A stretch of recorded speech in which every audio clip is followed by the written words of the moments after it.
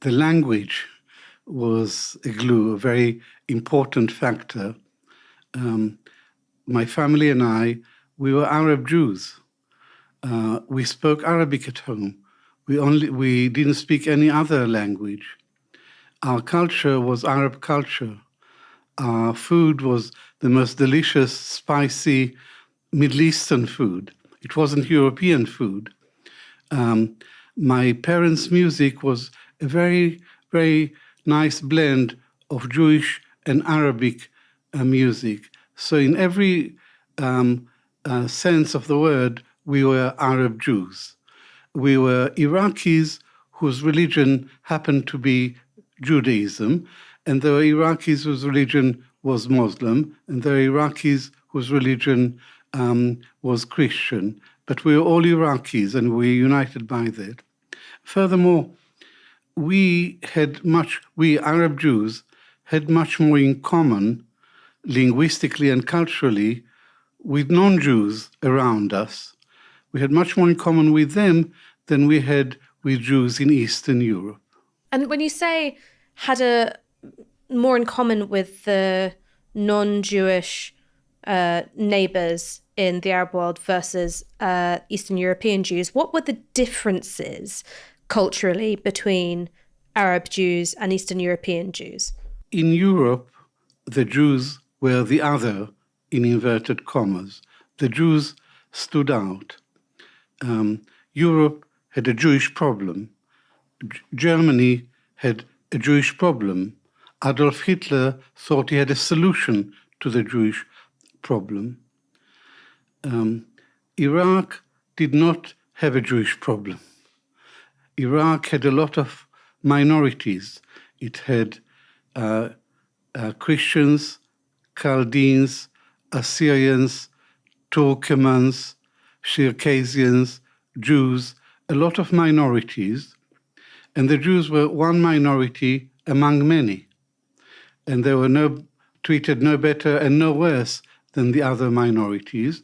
And there was a long tradition of religious tolerance between the different minorities. In Iraq, the Jews did not live in ghettos. They lived everywhere with the rest of society. And anti-Semitism is a European malady. Anti-Semitism grew in Europe, and from Europe it was exported to the Middle East. And one proof of that claim is that there was no literature in Arabic, anti-Semitic literature in Arabic. So when there was when anti-Semitism took off in Iraq after the First World War, anti-Semitic literature had to be translated from European languages to Arabic, literature like Adolf Hitler's Mein Kampf. So that's the difference, that we felt at home, we were treated as locals in the Arab world, whereas in Europe, the Jews were always a separate class of people and a problematic class. And it took Europe much, much longer than the Arab world to start treating the Jews as co-citizens. And even before the Jews got full rights in the Arab world, at least they were citizens. They were second-class citizens, but it was much, much better than the status of the Jews in Europe. And it took Europe much, much longer to come to terms with the fact that Jews are ordinary human beings who deserve equal rights. Can I play devil's advocate for a second? There are people who would listen to this and would maybe say, aren't you looking back with rose-tinted glasses? There's anti-Semitism in Islamic texts. There's anti-Semitism which is, core to the Muslim identity. I don't think that. I'm Muslim. But many would say that, in particular, Israel's advocates. How would you respond to that accusation?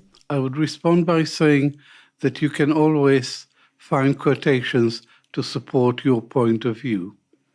And you can always pick some lines in the Quran and say this is proof of anti-Semitism. But to counter that, there are so many quotations in the Quran that are not only not anti-Semitic, but the opposite. And in general, in Islam, the Jews are treated with respect. They are Ahl al-Kitab, they are the people of the book. And so are Christians, incidentally. They're also the people of the book, and they're treated with great respect. So you can always find selective quotations to argue whatever you like. Another variant of this argument, for which you play devil's advocate, is that Islam is incompatible with democracy. And you can find quotations to suggest that. But if you look seriously and objectively at Islamic scriptures, at the Quran, you'll have to conclude that there is nothing in Islam which is incompatible with democracy. And this is if you look at it objectively, and I define objectivity as uncritical acceptance of my views.